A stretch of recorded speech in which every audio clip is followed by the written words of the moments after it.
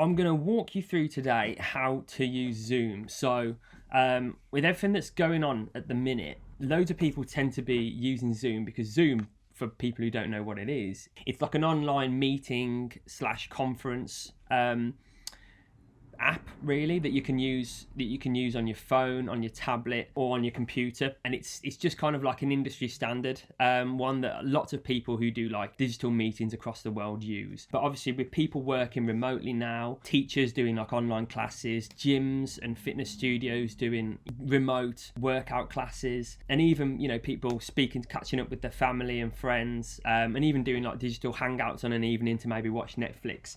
There's loads and loads of ways that we can utilize Zoom at the moment. It isn't that straightforward compared to something like Skype. So, and I've noticed that a few people on Facebook have been struggling with how to actually use Zoom, how to log in and stuff. So me and my colleagues, we use it quite a lot because I predominantly work from home, as do many of my clients, and I've got clients all over the world and stuff. So we use this quite a lot, and there's a lot of different ways that you can use it. We're just going to go through basically the basic one. So we're going to go through how to set it up and use it on a laptop or a computer first, and then we're going to go through how you can also do it on your phone. So the first thing you want to do anyway is download the Zoom application onto your computer. So if you just go to Zoom, or if you Google Zoom, the actual URL is zoom.us, and it will bring you to their website. So the first thing you want to do is press the sign up, it's free button. So if you sign up, you need to create an account. So type in your email address, and then it will ask you for a password, or you can sign in with Google if you do that.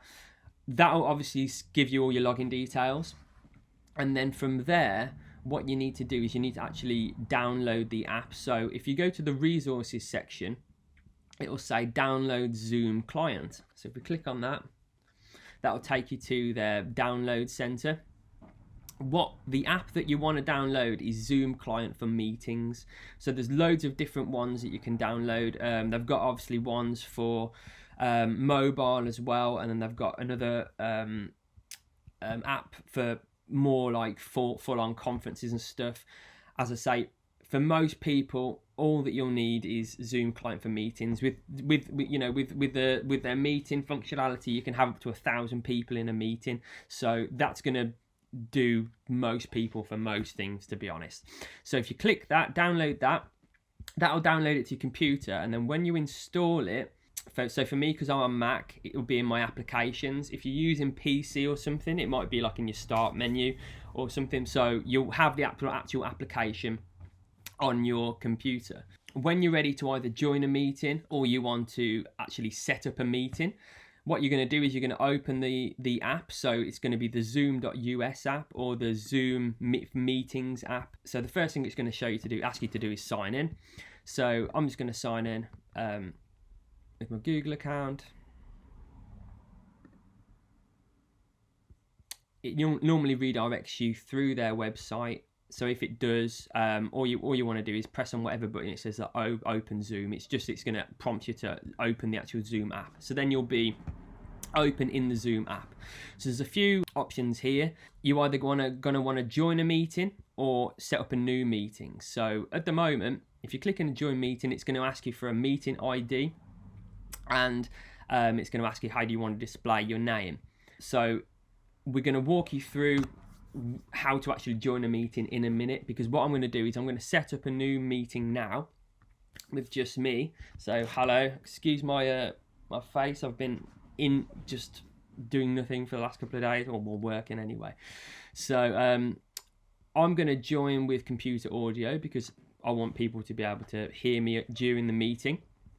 And what I'm going to do is I'm going to invite people to join the meeting with me. So at the moment, it's just me on my side talking to myself and you guys. So the first thing we want to do is invite people. So when you invite people, you can either invite people via email. So if you're inviting just a couple of people, you can send them send them all an email with their invite. Or what you can do, say, I've seen a few people posting like invites onto Facebook groups or what have you. If you just copy the invitation here, and then say you paste it into like a social media group or what have you, I'll just put it onto a pages template now, just so you can see what the invitation would look like. So when you click that copy URL button or copy to clipboard, it's going to give you the web address for the meeting, and then it's going to give you a meeting ID and the password. So obviously when you pop that into your Facebook group, all the people you want to join the meeting with, they're going to be clicking on that URL, and then they're going to be adding their meeting ID and the password on there, and then they can join the group. So what I'm going to do now, just delete that for the moment, is I'm going to invite one of my colleagues. So I'm just going to invite him by email at the moment. So default email to james@jamesdellim. So it's going to give him all the information that we just spoke about. It's going to give him the URL, the meeting ID, and the password. So that's emailed over to him now. And obviously you can email as many people as you want. In Zoom, you can have up to, I think, 1,000 people on at any one time in a Zoom meeting. I mean, on their free plan, I think it's a little bit less than that. And I think on their free plan, it limits you up to about 40 minutes for a meeting initially. And then if you want to expand a meeting over 40 minutes, you've got to sign up to their premium platform. But that being said, I can't see anyone needing to go over 40 minutes anyway. Maybe if it's like a long-term gym. Normally what I do, if I go over 40 minutes, we usually close the conversation and then just set up another meeting. And that's kind of easy enough. So we're just going to wait for my colleague to join us in our meeting, James, and then I'm going to get on. So that email should be over to him now, and he should be looking at that meeting ID and the password. He should click on the link, and then he should be able to log in. Okay, so Ben has sent me a request link to join his meeting. So I'm in my email client. I click open the email, and then quite simply, I join the meeting through my browser.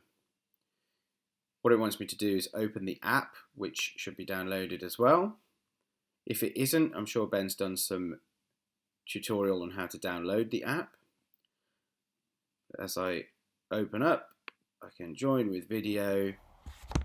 And here he is. And I can join with my computer audio. Ben should be able to hear me. Ben should be able to hear me. Yes, I can hear you, James. How are you doing? I'm very well, thank you. Good stuff, good stuff. I So can hear him, and that is how you join a Zoom meeting. brilliant, easy stuff. So I just take it you pop the meeting ID in and then the password as well? I didn't even need to do any passwords or IDs or anything. I just clicked the link, the app opened, and... Brilliant stuff. Great. So yeah, as you say, it's really, really easy to join a Zoom conversation. The main thing is just downloading the app and everything, but obviously we've already spoke about that. So when you're actually on a Zoom meeting,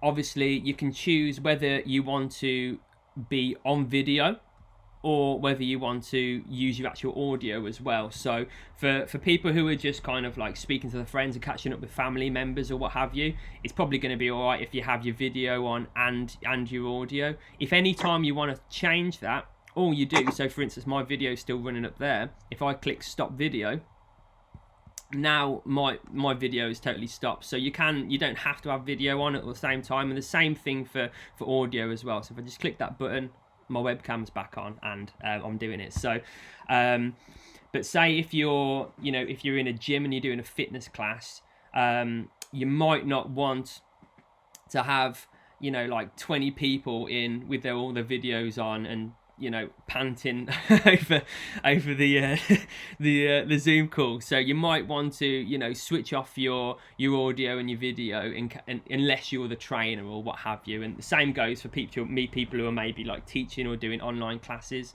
You might want to ask the people who are coming on the Zoom meeting to turn off their audio just while they're doing it, just so you don't have loads of different people speaking all over the top of each other all the time, because it can also pick up like breaths and things like that. Any other kind of functionalities worth mentioning, James?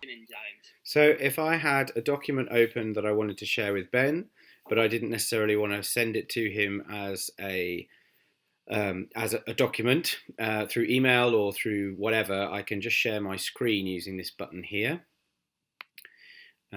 That'll bring up a number of options, as you can see, and then if we just share desktop 1, brilliant. I need to grant security access, but that's okay.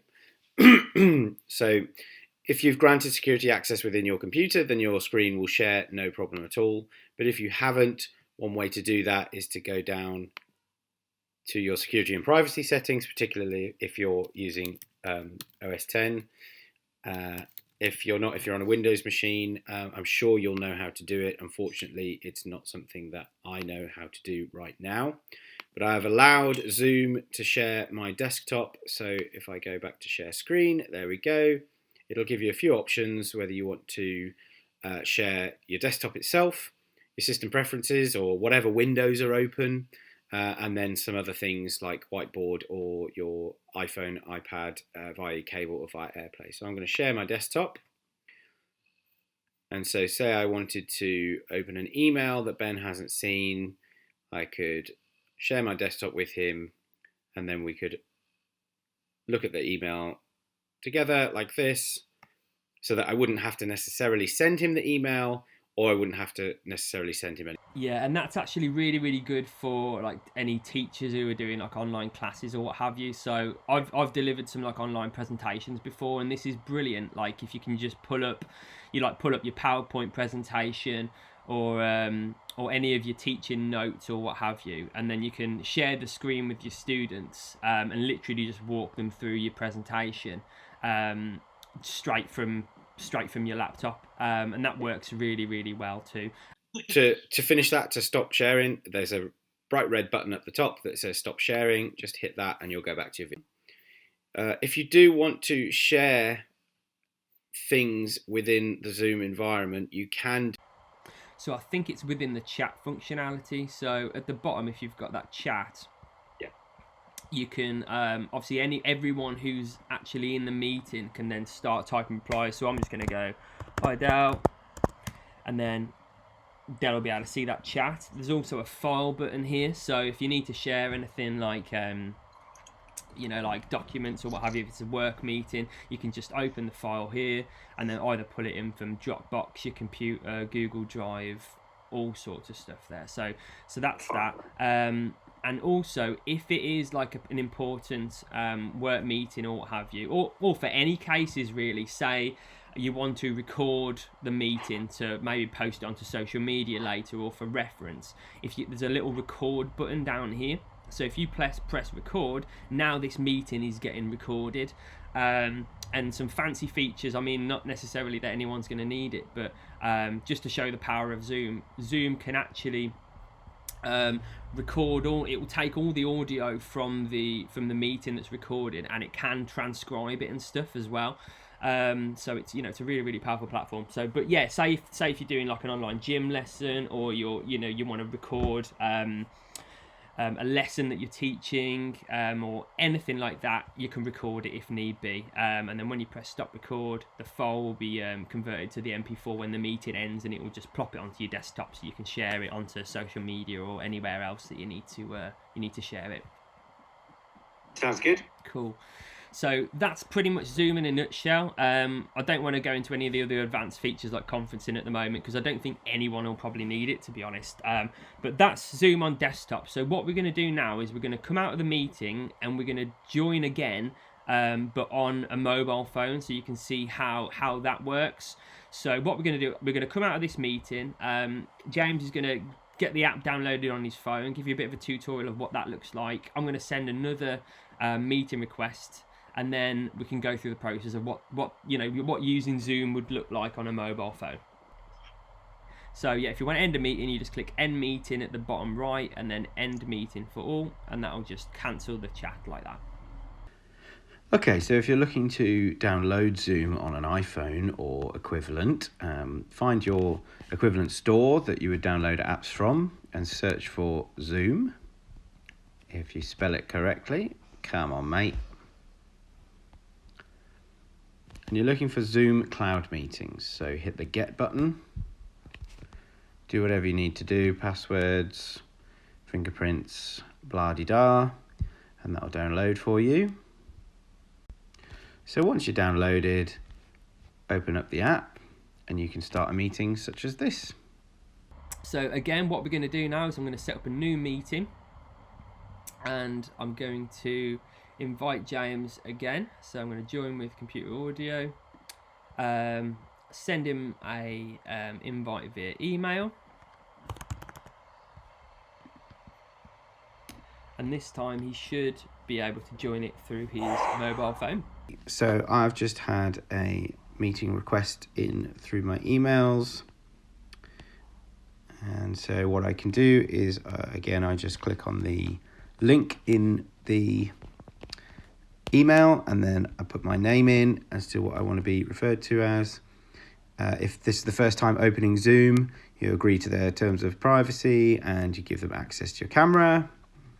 And you have the choice to either join with video or join without. So I'm going to join with video.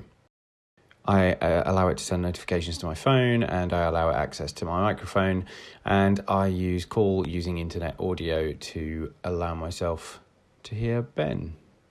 So now I'm using the device audio, and we're both on talking to each other. Ben, you're still on your laptop, and I'm on my mobile, so it's cross-platform as well. You don't have to be on the same device, which is very useful.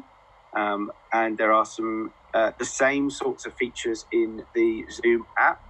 You can, if you look up in the top left-hand corner there, you can change which camera you're using. And you can also, in the bottom, across the bottom, the menu is the same as it is on the desktop. We've got stop video, share content, participants. You can't record onto iPhone or Android, but you can chat like this.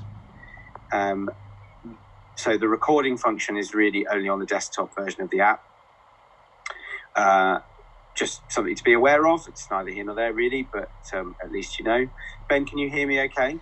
Yeah, audio is absolutely fine. Yeah, it did take maybe 10 seconds or so for the audio to connect, but that's probably just the mobile data, isn't it? But yeah, I can hear you fine now. Yeah, okay. So you might have noticed on my screen recording, I had a few options to go through and click before we could actually start talking to each other. Just use the ones that make sense for you.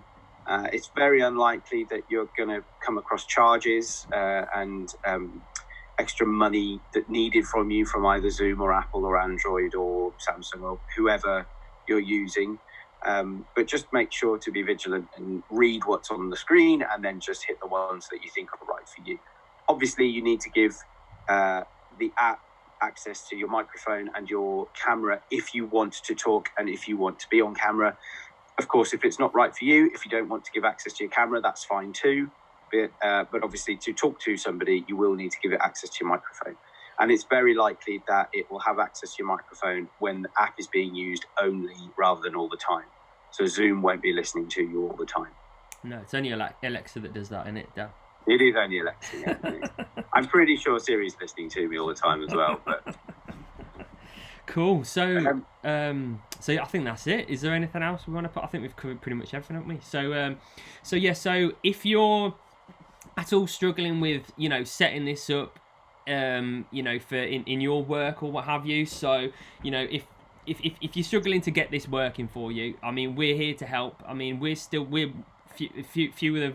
people that can actually still work at the moment, so we feel very, very lucky and grateful to be able to do that. So we're here to support other businesses that are trying to maybe move to working remotely that haven't before. Obviously we understand that environment because we're very familiar with it, and it can be an absolute pain in the arse trying to get all the technical aspects working, especially for people who aren't really familiar with working with tech all day. So we're here to help. Feel welcome to drop us a message, and we'll help any way that we can. And I work in marketing. Del works in the creative fields as well. So we're here to support you, in whatever way we can. In this quite unsettling time really, so feel welcome to reach out to us and then we'll be happy to advise you any way we can anyway. So but we hope this tutorial has been helpful. If you have any questions, please do get in touch. Yeah, likewise. Fantastic. Cool. So to leave the meeting on a mobile, you just press in the top right hand corner, and that's that. Any other questions, just please let us know. Thanks very much. Cool, thank you.